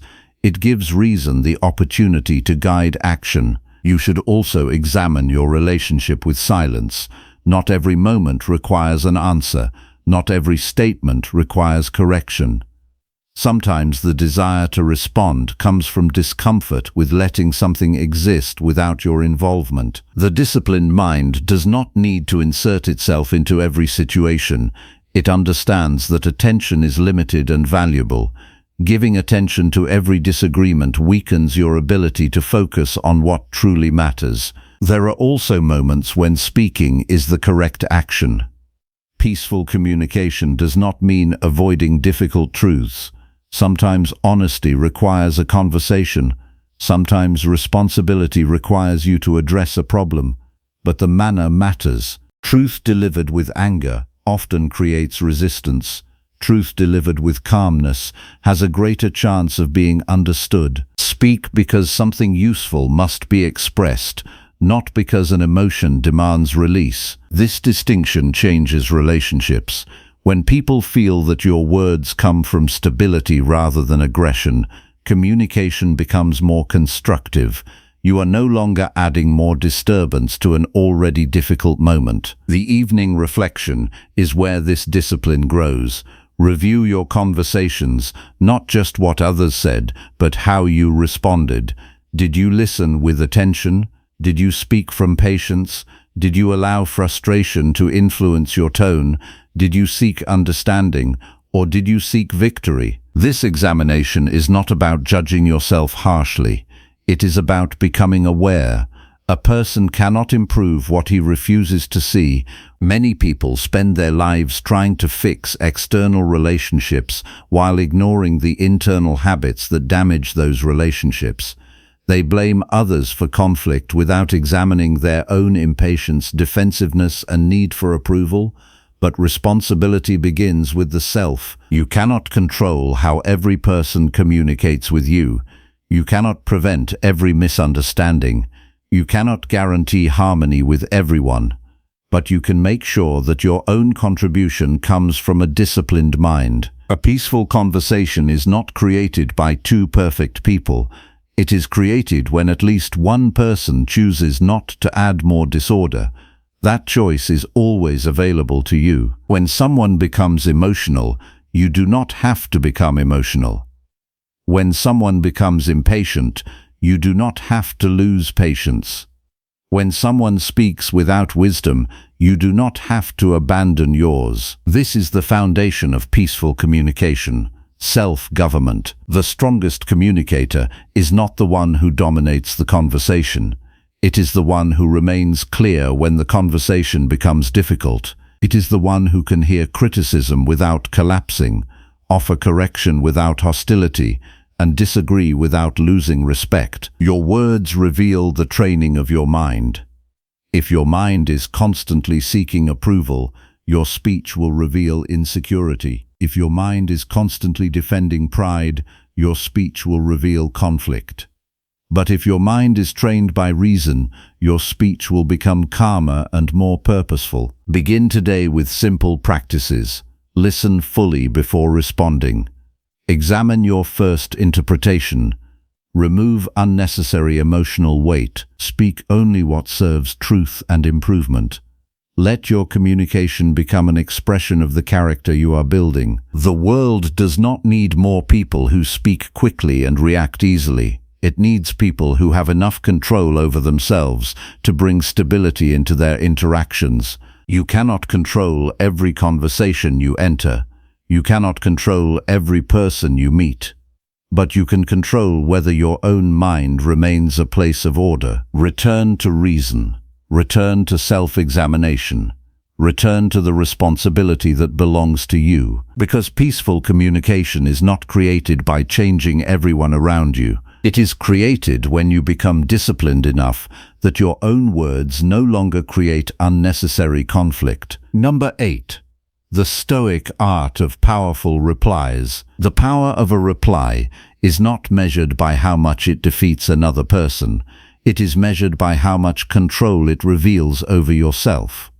Many people believe a powerful response is one that silences another person, wins an argument, or proves superiority. But the disciplined mind understands that the strongest reply is the one that comes from wisdom rather than impulse. A person who cannot control his reactions is easily controlled by the world around him. Someone speaks harshly, and he becomes harsh. Someone becomes arrogant, and he becomes defensive. Someone tries to provoke him, and he immediately gives them the power to decide his behavior. This is not strength, it is surrender. A powerful reply begins before the words are spoken. It begins with the judgment inside your mind. The moment you hear something difficult, the mind begins creating meaning. You decide whether the words are an attack, a challenge, an opportunity to learn, or simply another person expressing their own perspective.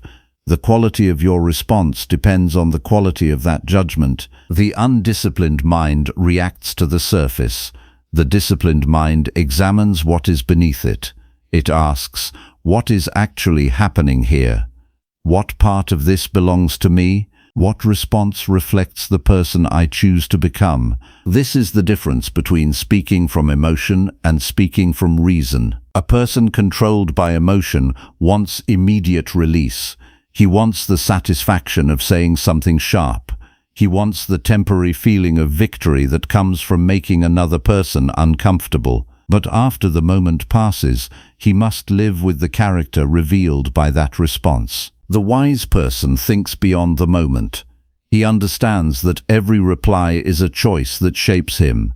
A careless response may win a conversation but damage the mind that created it. A thoughtful response may appear quieter, but it strengthens discipline, patience, and self-command. Before you answer, create space between the event and your reaction. This space is where freedom exists. Without it, you are simply following whatever emotion appears first. With it, you become capable of choosing. Start your day by preparing for this practice. You will meet people who misunderstand you. You will hear opinions you disagree with. You will encounter moments where your pride feels challenged. Do not enter the world expecting everything to happen according to your preference. Enter prepared to govern yourself. Remind yourself that another person's behavior is outside your command. Their words, their attitude, and their judgments belong to them. Your responsibility is different. Your responsibility is to decide whether your own response reflects wisdom or weakness. This understanding removes unnecessary pressure. You no longer need to answer every accusation. You no longer need to correct every misunderstanding. You no longer need to prove your worth through every exchange. A person who knows his own principles does not panic when challenged. He does not need every person to recognize his value, because his value comes from his own actions and character. He does not measure himself by the reaction of others. Many people lose control in conversations because they confuse disagreement with disrespect. They assume that another perspective threatens them, but a disciplined mind understands that opinions are simply judgments made by another person. They can be considered without being feared. You can listen without surrendering. You can disagree without hostility. You can correct without arrogance. You can leave a conversation without feeling defeated. This is the art of the powerful reply. Sometimes the strongest answer is a calm explanation. Sometimes it is a simple refusal to participate in unnecessary conflict. Sometimes it is admitting that you need to think. Sometimes it is accepting that the other person is not ready to understand. The goal is not always to change the other person. The goal is to maintain control over yourself. A person who enters every conversation trying to win has already placed his peace in someone else's hands. If the other person agrees, he feels successful. If they disagree, he feels defeated. His state depends on an external reaction, but the disciplined person measures success differently. He asks whether he acted according to reason. He asks whether his words were truthful. He asks whether his behavior represented the character he is building. This is why restraint is powerful. Anyone can speak from anger. Anyone can attack when attacked.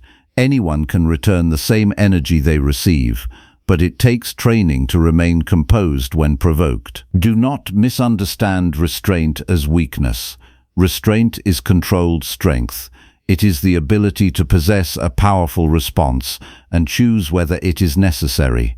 It is having the ability to strike back and the wisdom to understand when doing so would only damage your own peace. The person who masters this does not become silent because he lacks confidence. He becomes selective because he values his attention. He understands that not every situation deserves his emotional investment. Your attention is part of your life. Every argument you enter, every conflict you carry, and every resentment you repeat takes something from you. A disciplined person protects this inner resource. Practice examining your desire to respond. When you feel the urge to prove yourself, ask why. When you feel the need to have the final word, ask what you are really seeking. Are you seeking truth or are you seeking recognition? Are you seeking improvement or are you protecting pride? These questions expose the hidden motives behind your speech. A powerful reply is often simple because wisdom does not need excessive decoration. The mind that is clear does not need endless explanation. It speaks what is necessary and leaves the rest behind. The person who lacks inner stability often uses many words to defend himself. He explains, argues, and repeats because he is trying to control the opinion of another person. But the disciplined person understands that character is demonstrated through consistent action, not endless justification. There will be times when people judge you unfairly. There will be moments when someone speaks without understanding. In these situations, remember that another person's opinion is not the measure of your character. Your actions are. If there is truth in criticism, use it. If there is falsehood, release it. In both cases, remain committed to reason. The morning practice of preparation must be followed by evening reflection. Look back on your conversations. Where did you speak unnecessarily? Where did emotion take control? Where did you respond in a way that strengthened your character? Do not examine yourself to create guilt. Examine yourself to create improvement. A person who honestly studies his own behavior gains the ability to change it. Your words are not separate from your inner life. They reveal your training. If your mind is restless, your speech will reveal restlessness. If your mind is disciplined, your speech will reveal stability. This is why communication is a daily exercise in self-mastery. Every interaction gives you a chance to practice patience, humility, courage, and wisdom. A difficult person is not only an obstacle, he is also an opportunity to test whether your principles exist only when life is comfortable or whether they remain when life challenges you. The person who depends on external conditions will always be unstable. The person who depends on his own reason becomes harder to disturb. You do not need to respond to every challenge with force. You do not need to match every harsh word with another harsh word. You do not need to prove that you are strong by showing anger. Real strength appears when you remain governed by your values, even when someone invites you to abandon them. The powerful reply is not the one that damages another person. It is the one that protects your own character. Today, before every important response, examine your intention. Ask whether your words come from wisdom or from the desire to release emotion. Choose the answer that allows you to respect yourself afterward. The world will continue to offer situations that test your patience. People will continue to speak from their own level of understanding. Circumstances will continue to challenge your expectations, but your response remains your responsibility. Train your judgment, discipline your emotions, choose your words carefully, because the greatest reply you can give to a difficult world is a mind that remains calm, clear, and completely under your own command. Number 9. Responding without losing your character. The greatest danger in any difficult interaction is not the behavior of another person. The greatest danger is allowing another person's behavior to pull you away from your own principles. Many people believe they lose control because someone else pushed them too far, but this belief gives away responsibility. The moment you say, "They made me act this way," you have handed control of your character to someone outside yourself. A disciplined mind understands a deeper truth. Others may create situations, but they do not create your choices. They may speak unfairly, act carelessly, or behave without wisdom, but the decision of who you become in response still belongs to you. Your character is revealed most clearly when you are challenged. Anyone can appear calm when life is comfortable. Anyone can act with patience when surrounded by kindness. The real examination begins when someone tests your patience, questions your value, or creates a situation you did not choose. This is where many people fail. They allow a temporary moment to decide their identity. One insult creates anger. One disagreement creates hostility. One disappointment creates bitterness. They forget that a single event does not control the person they become. Their judgment does. The Stoic path begins with understanding the difference between what happens and what you add to what happens. An event appears, then the mind interprets it, then emotion follows. If the interpretation is careless, the reaction will be careless. If the interpretation is guided by reason, the response becomes disciplined. You must learn to examine the story your mind creates. Someone ignores you. Is it truly rejection or only your assumption? Someone criticizes you. Is it an attack or information that can be examined? Someone disagrees with you. Is your character actually threatened, or is your pride simply uncomfortable? These questions are not excuses for accepting everything. They are tools for seeing clearly. A person who sees clearly does not become controlled by every first impression. Your morning preparation should include this reminder: today I will meet situations that challenge me, but I will not allow those situations to decide my behavior. I will not trade my character for a moment of emotional satisfaction. I will not become the same weakness I criticize in others. This preparation creates a foundation. Without it, you enter the day unprepared and allow every unexpected event to dictate your state of mind. With it, you remember your purpose before the world begins demanding your attention. Your purpose is not to make everyone treat you perfectly. Your purpose is to act with wisdom, regardless of how others behave. This is difficult because human beings naturally want fairness. We want others to recognize our intentions. We want kindness returned. We want respect given. But the disciplined mind understands that virtue cannot depend on receiving something from another person. If you are kind only when others are kind, your kindness is controlled by them. If you are patient only when people are patient, your patience is not truly yours. If you are honest only when honesty benefits you, you are not guided by principle. Character must remain stable even when circumstances change. This is why responding without losing yourself requires separation from outcomes. You cannot guarantee that your response will be appreciated. You cannot guarantee that someone will admit their mistake. You cannot guarantee that people will understand your perspective. But you can guarantee your own effort. You can guarantee whether you acted with self-control. You can guarantee whether you allowed anger to replace judgment. Many people believe holding back a reaction means weakness. They think immediate expression is authentic. But the disciplined person understands that not every feeling deserves expression. The mind produces many impulses. Wisdom decides which ones deserve action. If anger appears, observe it. If frustration appears, examine it. If the desire to attack appears, question it.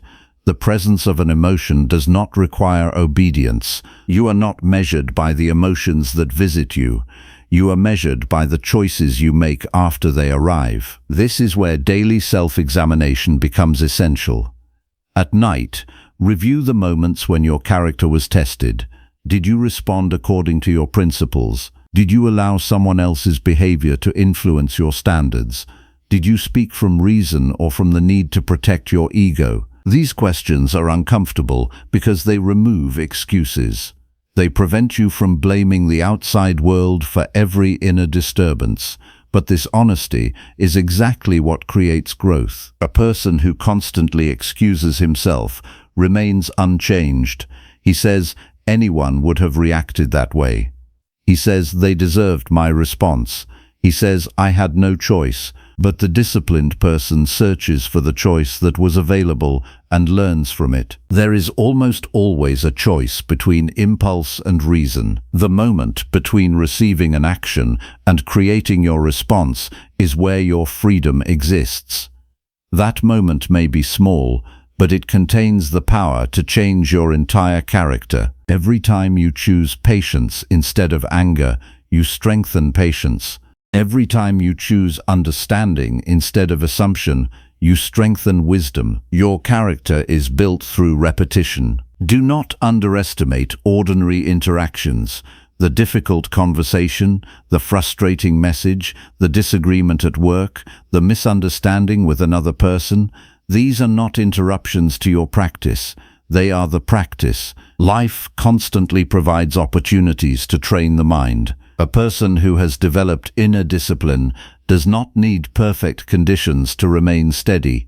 He does not require everyone around him to be reasonable before he chooses reason. He does not need others to behave well before he acts with dignity. This is because his actions come from within, not from external permission. You must also recognize the difference between forgiveness and acceptance of wrongdoing. Responding with character does not mean allowing harmful behavior without wisdom. Sometimes the correct response is a boundary. Sometimes the correct response is distance. Sometimes the correct response is a clear statement of what is acceptable. But even necessary firmness must come from reason. Anger seeks to punish. Wisdom seeks to correct. When you act from anger, you often create a second problem while trying to answer the first. You become part of the disorder you wanted to oppose. But when you act from discipline, you maintain control over yourself, even while addressing difficulty. This is the standard you should aim for. Do not ask only, did I win this interaction? Ask, did I remain the person I want to be? Victory over another person is temporary. Victory over your own impulses changes your life. Many people spend years trying to control how others see them, while neglecting the only thing they truly possess, their own character. They build their identity around reputation, approval, and recognition.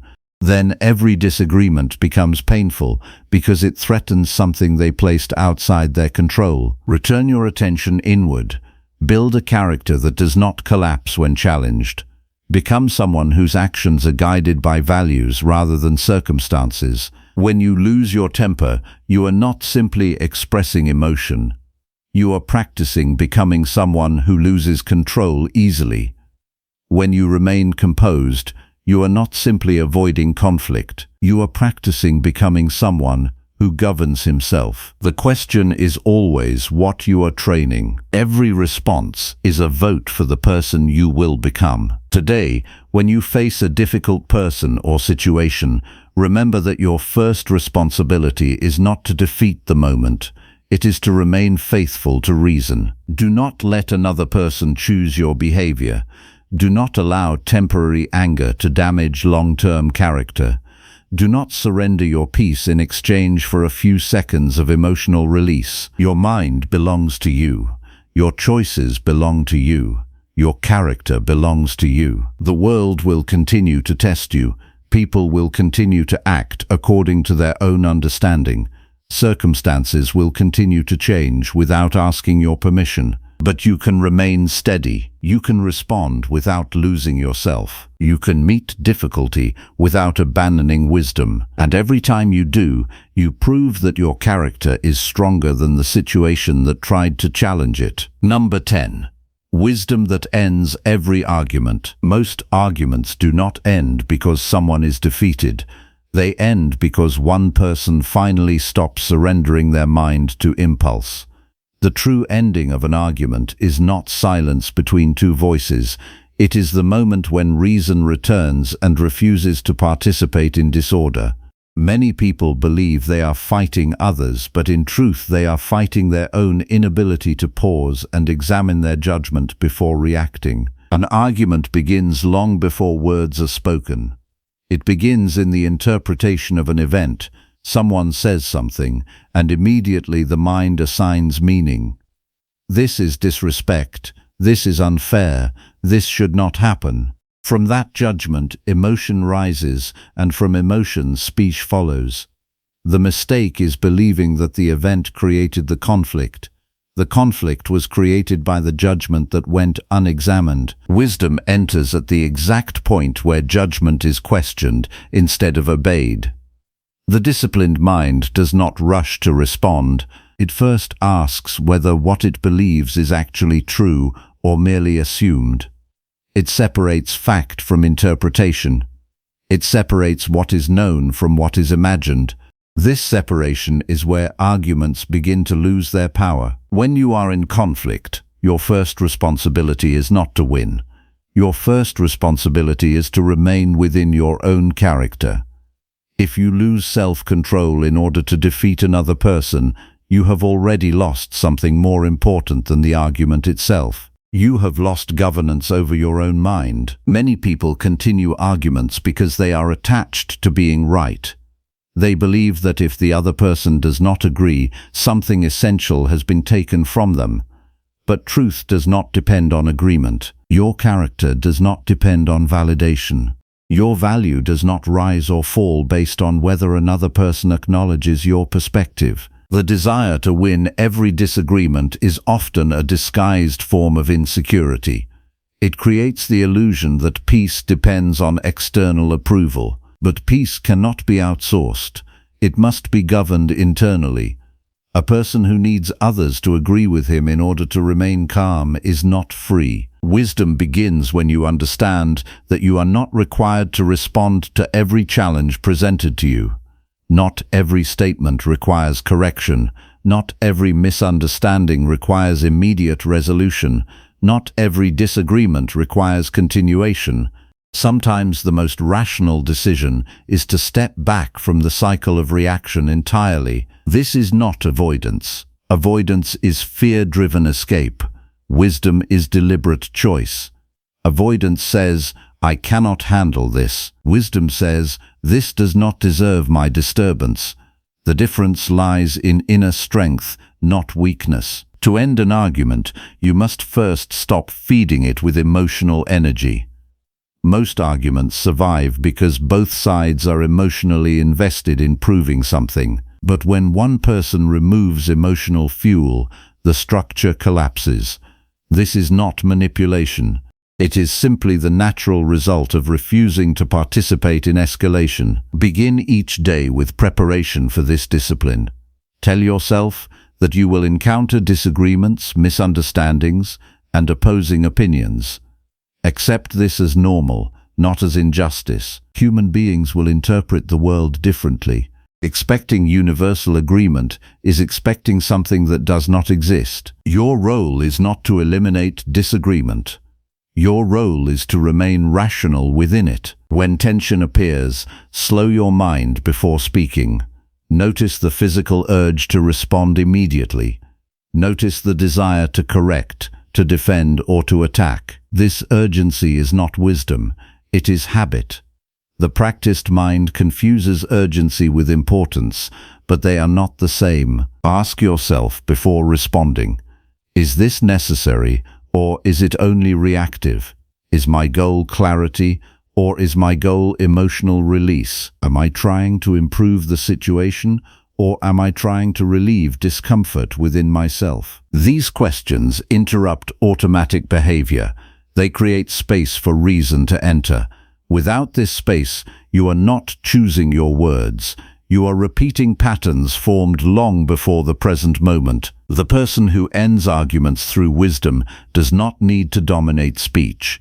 He understands that the purpose of communication is not victory, but understanding. If understanding is impossible in the moment, continuing speech often produces more disorder, not resolution. You must also recognize when another person is not reasoning but reacting. In such moments, your words may have no effect because the other person is not listening to understand. They are listening to defend. When this is clear, continuing the argument becomes unnecessary. You are no longer exchanging ideas, you are exchanging reactions. The disciplined response is to withdraw from the cycle without resentment. This withdrawal is not defeat. It is refusal to let your mind be pulled into unnecessary disturbance. Many people fear that stepping away from arguments means losing respect. But respect is not gained by exhausting yourself in every disagreement. Respect is gained by demonstrating control over your own mind. A person who remains calm under pressure is more stable than one who constantly reacts to every challenge. You do not need to prove your reasoning in every situation. Time, actions, and consistency reveal more truth than heated exchanges. A calm mind continues to act wisely long after an argument has ended. A reactive mind continues to replay the conflict long after it has finished. At the end of each day, examine where arguments could have been ended earlier. Ask yourself where you continued speaking only to satisfy emotion. Ask where silence would have preserved your peace. Ask where you allowed pride to extend a conflict that reason would have ended. This examination is not about regret, it is about recognition. Without recognition, patterns continue unchanged. With recognition, transformation becomes possible. Wisdom also requires humility. You must accept that you are not always correct in your first interpretation. You must accept that your understanding may be incomplete. This does not weaken your mind, it strengthens it. A mind that can revise itself is stronger than a mind that defends itself blindly. Arguments often persist because both sides refuse to examine themselves. Each person becomes fixed in their position, not because it is fully true, but because changing it feels like loss. But truth is not threatened by correction, only ego is. When ego is removed, conversation becomes lighter. You are no longer trying to defend identity. You are trying to understand reality, and reality does not require force to be known. It only requires attention. You must also learn that silence is not emptiness. Silence is a form of control. It is the space where judgment is refined before becoming speech. A person who can remain silent when emotion demands speech has already stepped outside the argument internally. Most conflicts would dissolve if one person simply refused to escalate, not by ignoring truth, but by refusing to let emotion guide expression. This requires strength that is not visible in the moment. It is internal strength built through repeated discipline. The true end of argument is not convincing another person. It is restoring your own mind to order. If your inner state remains disturbed after speaking, the argument has not been resolved. It has only been extended inside you. Therefore, measure success differently, not by whether the other person agrees, but by whether you maintained reason, not by whether you had the final word, but by whether your words were necessary, not by whether you appeared correct, but by whether you acted with discipline. There will always be situations where disagreement continues. You cannot control that. But you can control whether you remain trapped in it. When you feel yourself pulled into unnecessary conflict, remember that every additional reaction is a choice. You are not forced to continue. You are choosing to continue. Return to that awareness. Return to the separation between what is yours and what is not. Your judgment is yours. Your response is yours. The outcome of the argument is not. A wise person does not need arguments to end perfectly. He only needs them to end without losing himself. Because in the end, the greatest victory is not proving another person wrong. It is refusing to become someone you are not in the process of trying to prove it.